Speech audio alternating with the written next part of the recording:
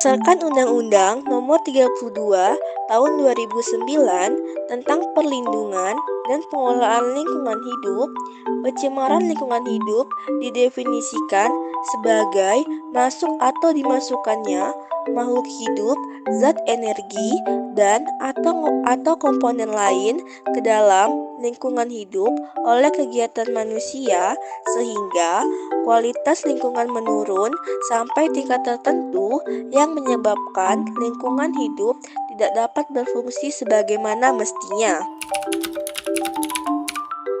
Pencemaran air merupakan peristiwa masuknya zat atau komponen lain ke dalam perairan.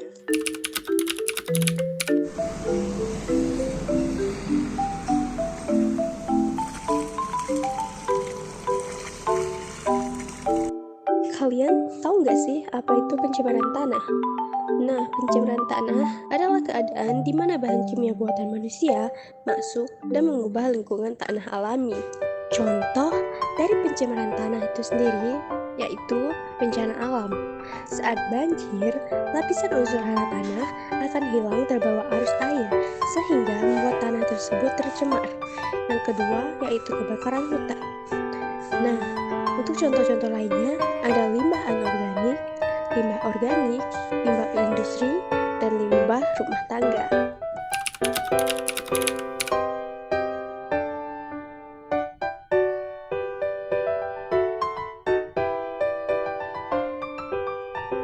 Pencemaran udara adalah kehadiran satu atau lebih substansi fisik, kimia, atau biologi di atmosfer dalam jumlah yang dapat membahayakan kesehatan manusia, hewan, dan tumbuhan, mengganggu estetika dan kenyamanan, atau merusak properti.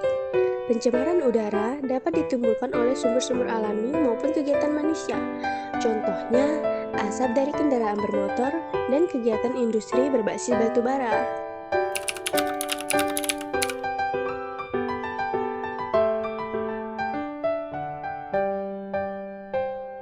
Munculnya berbagai penyakit.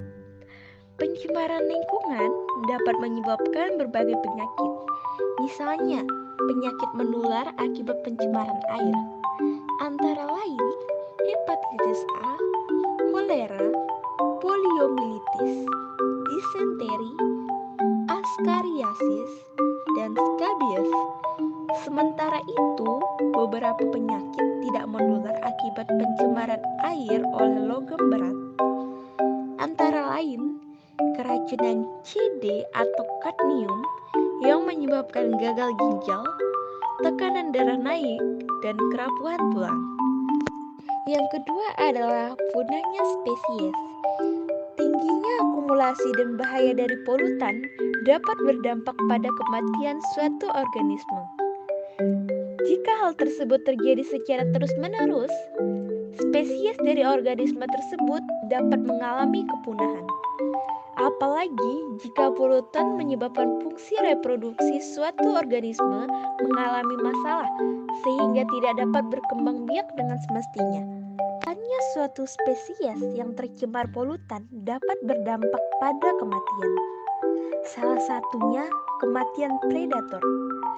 Predator berfungsi mengendalikan populasi tingkat tropik di bawahnya, sehingga jika predator hilang di dalam rantai makanan, dapat berakibat pada meningkatnya spesies tertentu.